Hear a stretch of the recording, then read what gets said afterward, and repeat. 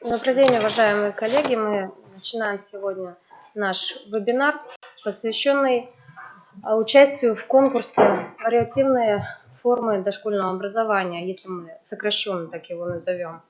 Конкурс проходит практически ежегодно, но последние годы, правда, у нас он проходит один раз в 2 года в связи с финансовыми обстоятельствами.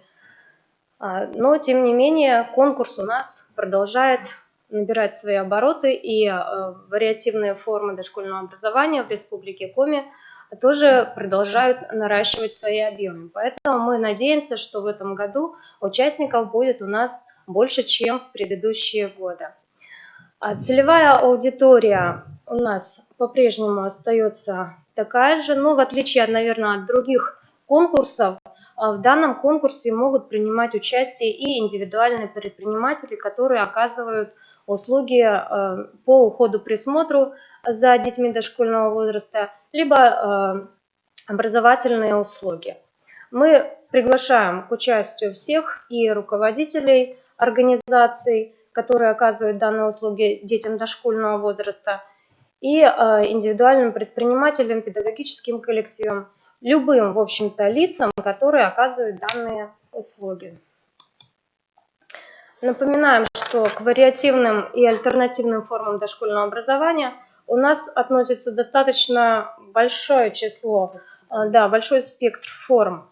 Это и службы психолого-педагогического сопровождения, центры игровой поддержки, и ранней помощи, и консультативные пункты, ликотеки, группы кратковременного пребывания. Они бывают всевозможного характера для детей с разными особенностями, в том числе и гостевые группы, и частные детские сады, и семейные детские сады. Любые вариации здесь могут принимать участие в нашем конкурсе. Напоминаем еще раз, у кого еще нет на руках приказа, что конкурс проводится в соответствии с приказом Министерства образования, науки и молодежной политики Республики Коми от 24 августа 2018 года, номер 755. И наверное, в отличие от предыдущих лет, конкурс немножко поменял название, и он теперь носит конкурс носит название «Республиканский конкурс грантовой поддержки развития вариативных и альтернативных форм дошкольного образования, в том числе семейных детских садов и негосударственных дошкольных образовательных организаций». Вот последних буквально 4 слов раньше не было. Да. Переходим, в общем-то, к положению о конкурсе.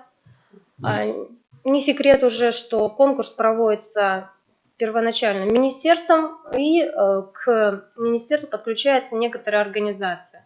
В частности, наш институт, Коми Республиканский институт развития образования, Сыктывкарский государственный университет, педагогический колледж и наши партнеры Коми Республиканская организация профсоюзов работников народного образования. Из всех этих организаций члены жюри как раз, или представители оргкомитета, как раз это представители оргкомитета или жюри конкурса. Напоминаем, цель конкурса – это выявление и поддержка вариативных и альтернативных форм дошкольного образования, в том числе поддержка индивидуальных предпринимателей, оказывающих еще раз данные услуги. Сроки проведения конкурса. Хотя у нас такие сроки достаточно длительные, с 24 сентября по 1 декабря, но дело в том, что финансирование будет осуществляться декабрем. И вы сразу понимаете, что по тому моменту, когда пройдет финансирование по победителю, ему желательно в кратчайшие сроки надо будет отчитаться. Декабрь, сами понимаете, месяц такой, когда закрывается финансовый год. Поэтому кому повезет стать победителем, вот это нужно сделать будет поскорее. Сами сроки приема заявок, это будет с 24 сентября, то есть со следующего понедельника, по 1 ноября. Срок достаточно большой для того, чтобы подготовить необходимые документы и подать нам заявочки. Заявочки принимаем мы с Юлией Владимировной. Наш адрес вам уже давно известен. Но еще раз, в положении о конкурсе он прописан, и на слайдах вы тоже его видите. Наш телефон остался тот же самый. Опять же, если вдруг вы принимаете первый раз участие в нашем конкурсе, не удивляйтесь, что контактными лицами написаны не Центр дошкольного образования, да, а Центр развития общего образования, социализации и воспитания личности. Дело в том, что нас объединили с Центром общего образования, поэтому мы как одна из структурных единиц, но название у нас идет общее. Я являюсь также секретарем конкурса, меня зовут Королева Анна Владимировна, напоминаю тем, кто не в курсе. Сроки подачи документов, да, мы определили, что до 1 ноября. Далее у нас идет регистрация, регистрирую документы я в электронном варианте, после чего я подаю данные заявочки в оргкомитет, в списочный состав. И после того, как оргкомитет утверждает список, мы уже можем раздать данные материалы членам экспертной комиссии. Экспертная комиссия с 6 ноября по 20 ноября проводит экспертизу материалов. Естественно, экспертиза конкурсных материалов, она не разглашается. Поэтому иногда бывают такие вещи, что нам звонят, спрашивают, какие результаты. Мы этого озвучивать вам не можем. До приказа. Да, абсолютно верно. До того момента, когда не выйдет окончательный вариант приказа из Министерства образования.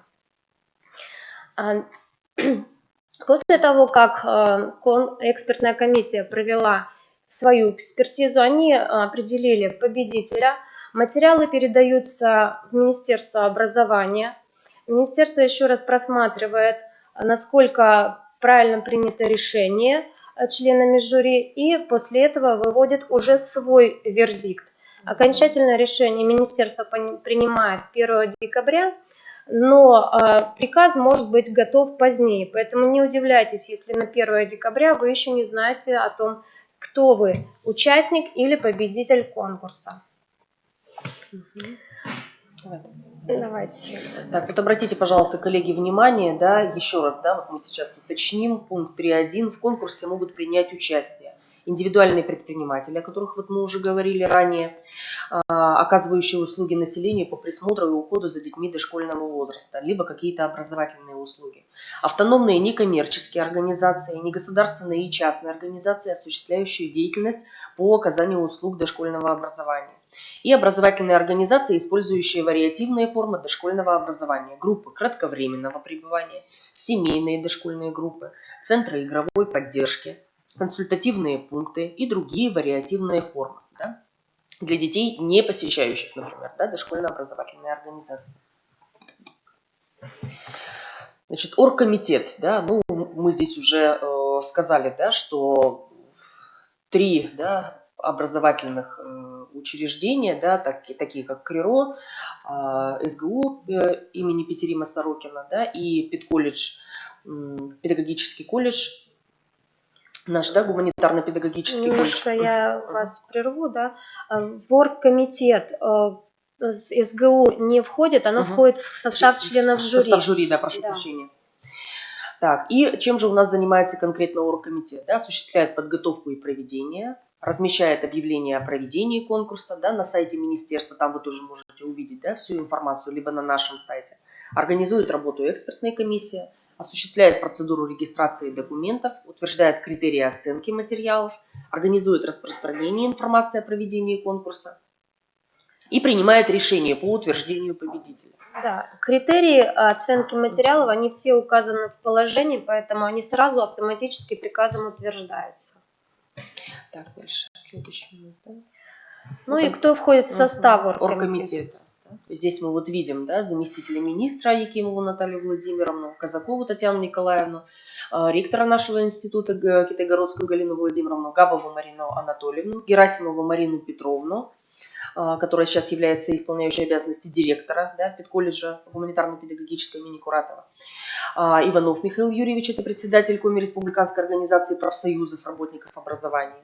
И Королева Анна Владимировна, методист центра, которая является и секретарем, да, конкурса. Да, мы сразу хотим обратить внимание на такой момент, что буквально недавно нам поручено такое дело, что состав оргкомитета и состав членов жюри – это должны быть абсолютно разные люди, поэтому вы мою фамилию видите в составе оргкомитета, следовательно, в составе членов жюри ее уже не будет. Я не могу принимать участие как член жюри конкурса. Так, экспертная комиссия. Да? С целью проведения экспертизы поступивших материалов создается экспертная комиссия. Да? У нас представители входят в министерство, Института развития образования, Сыктывкарского госуниверситета, Сыктывкарского гуманитарно-педагогического колледжа. Вот. Ну и понятно, что мы проводим, да, экспертизу материалов, обеспечиваем сохранность ваших заявок, да, ваших каких-то там секретных данных, да, даже сохраняем, и предоставляем оргкомитету конкурса протокол. Вот обратите, пожалуйста, внимание, коллеги, кто входит в состав жюри конкурса. Это первый проректор наш Института развития образования Штыкляйн Светлана Николаевна, Хабарова Татьяна Валерьяновна, Белая Наталья Владимировна, представитель министерства, Мартынчук Татьяна Александровна, это представитель гуманитарно-педагогического колледжа имени Куратова, Сибиркина Елена Николаевна, это представитель СГУ, Головатова Агата Юрьевна, тоже представитель СГУ, Карманова Юлия Владимировна, методист Центра развития общего образования, и Косолапова Марина Валерьевна, это директор прошлого победителя конкурса, да, 19-й детский сад города Сыктывкара. Лучший детский сад года конкурс. Да, лучший детский сад года. Напоминаю, что конкурс проводится заочно. Организация, которая или индивидуальный предприниматель, которые пожелают участвовать в конкурсе, они на своем сайте создают отдельную вкладку или страничку, или раздел, любые вариации мы принимаем, которые содержат конкурсные материалы. Нам необходимо предоставить заявку. Она должна быть и в вордовском варианте, чтобы нам было удобно копировать материал, и в сканированном, там, где есть подпись и печать руководителя или индивидуального предпринимателя. Вордовский документ, коллеги, обязательно, да, вы нам должны выслать, чтобы вот потом не было, у нас всегда такие звоночки идут, коллеги, пришлите нам, пожалуйста, вордовский вариант, да, документа. Ну и на этом сайте должен содержаться пакет материалов, которые содержат описание данного проекта, который вы нам предлагаете по развитию вариативных форм. Также могут быть дополнительные материалы, это любые разработки ваши, фотоальбомы, медиапрезентации. Но в любом случае это все, что связано с продвижением вариативных и альтернативных форм дошкольного образования. Не допускается к участию в конкурсе. Почему, точнее, можно, да, не допустить к участию в конкурсе? Это если заявка не соответствует форме, если в ней нет электронного адреса, на котором вы отразили свои материалы, если заявка поступила позднее 1 ноября, время в положении указано, это 5 часов вечера, когда заканчивается наш рабочий день, если материалы не размещены на официальном вашем сайте, то есть даже если вы представили ссылку, а мы материалов на вашем сайте не нашли, значит вы уже автоматически не допускаетесь к участию в конкурсе. Поэтому если вы делаете вкладочку и размещаете там материалы, пожалуйста, сразу вот эту вкладочку и копируйте электронный адрес данной вкладки. Даже если он будет очень большой, пусть он будет большой, но мы попадаем сразу туда, где вы разместили материалы, а не так, что нам, как экспертам, необходимо будет искать эти материалы. Если эксперт открывает по ссылке, не находит, все автоматически у вас недопуск к участию в конкурсе. Ну и если материалы не соответствуют федеральным государственным стандартам. Заявка у нас, в общем-то, традиционная, что вы знакомы с данным конкурсом, да, и наименование участника обязательно, то есть полностью, допустим, муниципальная дошкольное образовательное учреждение или муниципально-автономное, полностью вся расшифровка должна идти. Детский сад номер такой-то, какой вид, если у вас еще указывается, значит указывайте. Населенный пункт. Если какие-то это небольшие населенные пункты, то обязательно указывайте район, с которого пришли данные материалы. Второе, что необходимо вам заполнить, это название проекта вашего. И авторов, третье, проекта, кто принимал участие в его разработке. Еще раз говорим об электронном адресе, на котором размещены данные материалы, ну и полное наименование всех координат данного образовательного учреждения или индивидуального предпринимателя, в том числе и банковские реквизиты, потому что если вдруг вы становитесь победителем, нам необходимо будет перечислять вам денежные средства. Если данных этих не будет, понятно, что денежные средства мы перечислить вам не сможем. К заявке также прилагается согласие на обработку данных. Если данного согласия нет, то мы тоже не можем работать с вашими материалами. Мы, значит, не можем передавать их экспертам, мы не можем передавать их, в общем-то, никому.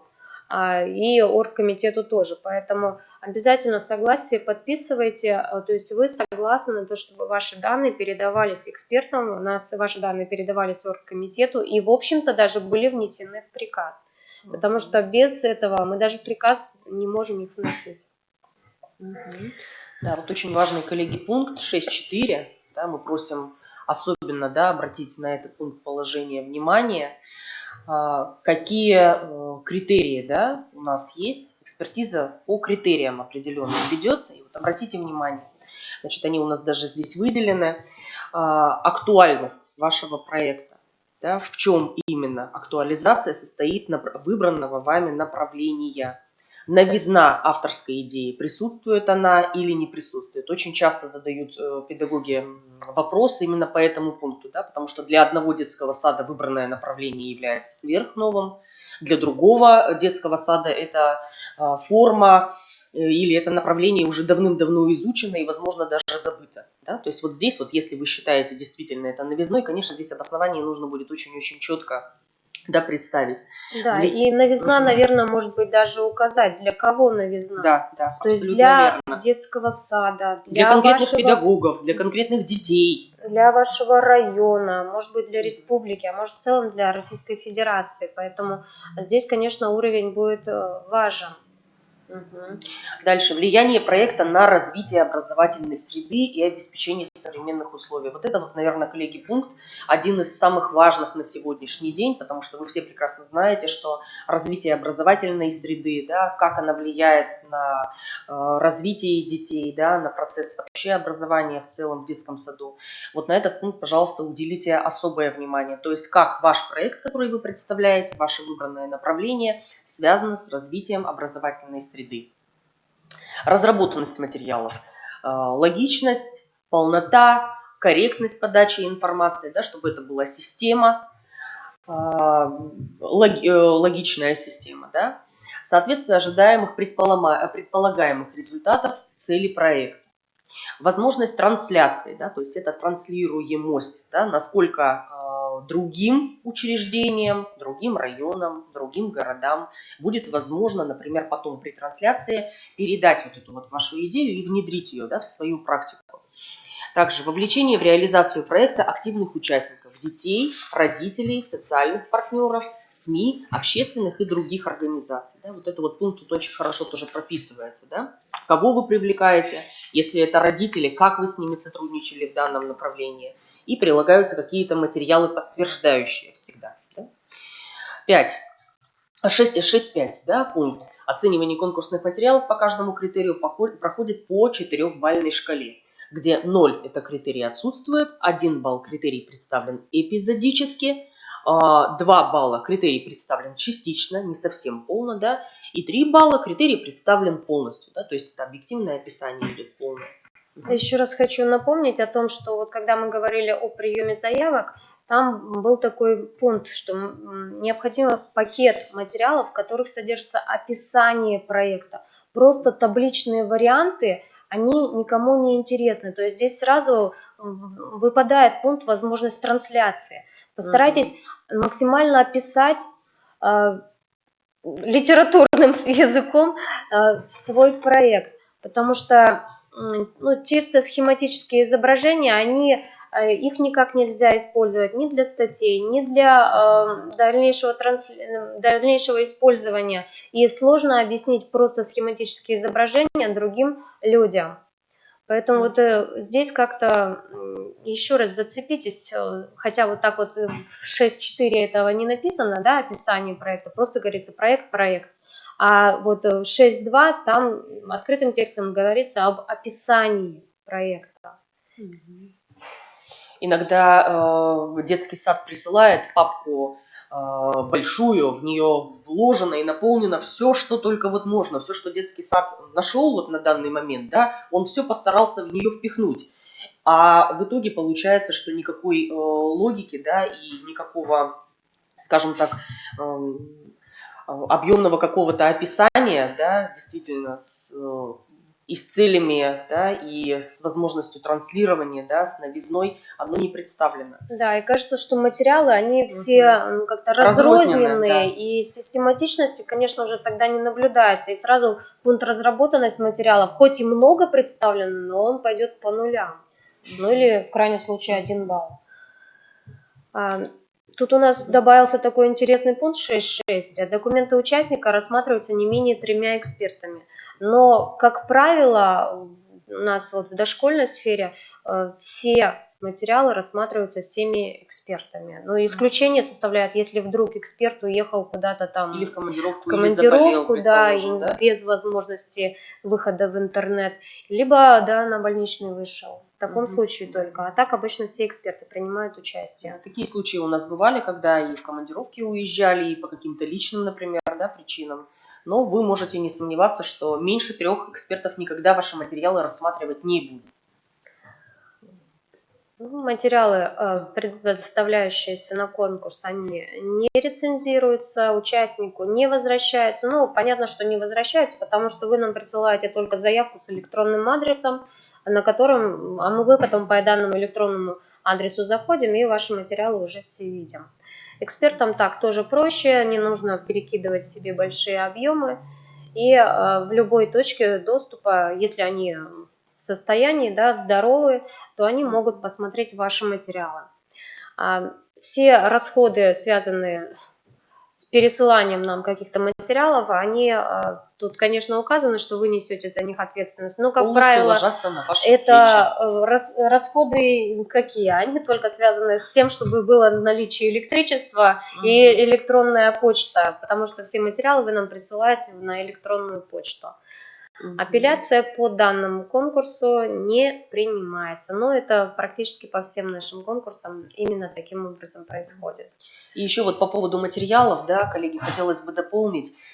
Если, предположим, вы посылаете какие-то ролики, предположим, нам, скажем, чтобы мы просмотрели, предположим, какие-то новые варианты групп, предположим, в вашем детском саду, обратите внимание на формат. Очень многие сейчас выбирают какие-то новомодные форматы, которые пришли к нам, но здесь у нас вроде бы программное обеспечение богатое, но даже мы не можем, например, открыть.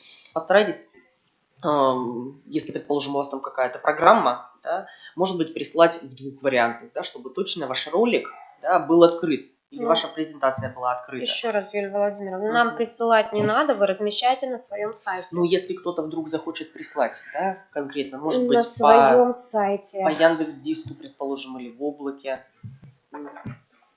Ну и подведение итогов. Победителем у нас считается только 1 участник, который набрал наибольшее количество баллов в рейтинге. Все остальные участники автоматически являются просто участниками конкурса.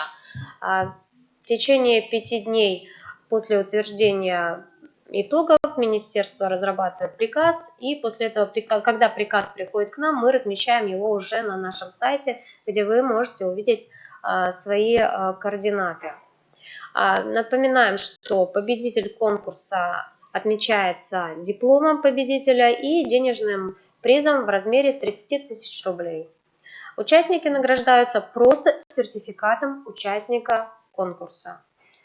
То, что касается еще раз победителя, то после того, как денежные средства поступили на его счет, ему необходимо в минимально короткие сроки реализовать данные денежные средства. И вот пункт 7.7, на что можно реализовать денежные средства? На развитие своего проекта, который был представлен, на приобретение оборудования для детей, в общем-то, для организации образовательной среды данного образовательного учреждения. Ну и отчет предоставить нам по определенной форме. Форма указана в положении. Здесь ничего такого нового и сверхъестественного нет. Отчет классический, исполнитель, кто исполняет данные поручения, наименование работы, что именно приобретено, что сделано, сроки выполнения, объем, то есть сколько чего, наименование, полные данные, стоимость приобретенного оборудования, каким областью его используем, то есть где, каким образом вы его будете использовать, сколько средств освоено, ну, естественно, желательно уложиться ровно в сумму. Причины неосвоения, дата заполнения отчета, обязательно подпись и печать. Авторские права, естественно, у нас все должны соблюдаться и членами экспертной комиссии, и представителями оргкомитета. Но напоминаем, что материалы, которые предоставляются на конкурс, могут использоваться нами для публикации в средствах массовой информации. Если такие материалы будут очень ценными, это как раз пункт трансляции, транслируемость ваших материалов. Если материалы ценные, мы можем их использовать для дальнейшего ознакомления дошкольных других участников образовательной сферы с вашими материалами. Ну и финансирование, оно предусмотрено госзаданием нашим, с пункт 1.1.2.1, также комплексным планом действий по реализации государственной программы. То есть все наши конкурсы, они, в общем-то, заложены в государственную программу Республики Коми, развитие образования она называется. Ну и пока она существует, они все время будут у нас проходить. Призовой фонд мы уже вам озвучили. Ну и, в общем-то, если у вас есть какие-то вопросы, еще пожелания, вы можете обратиться к нам лично, ну и также можете обратиться по электронной почте или по телефонам, которые указаны. Или в чате сейчас, да, вы или можете в чате записать. Сейчас, да. Да, мы сейчас с Анной Владимировной еще посмотрим, подождем, если у нас... Чат будет.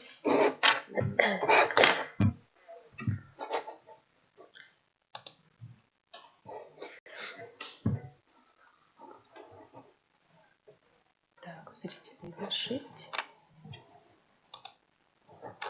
Ну, в чате пока так, в чате сейчас нет. у нас вопросов нет. Пожалуйста, коллеги, не стесняйтесь, задавайте вопросы, если какие-то интересуют вас по конкурсу. Ну, напоминаем, что если вдруг пока вопросов нет, то вопросы могут возникнуть с течением времени, допустим, когда вы начинаете готовить свои материалы, и в таком случае вы можете либо нам отзвониться, либо направить какое-то обращение по электронной почте, указанной уже в положении о конкурсе, либо в данной презентации, и мы, конечно, с вами свяжемся. Не забудьте тогда указать свои координаты и с кем связаться, фамилию, имя, отчество хотя бы. Все, ну вот мы видим, что вопросов нет. Коллеги, мы ждем ваших звонков, вопросов, предложений, возможно, да, и желаем вам с Анной Владимировной всего хорошего, всего доброго.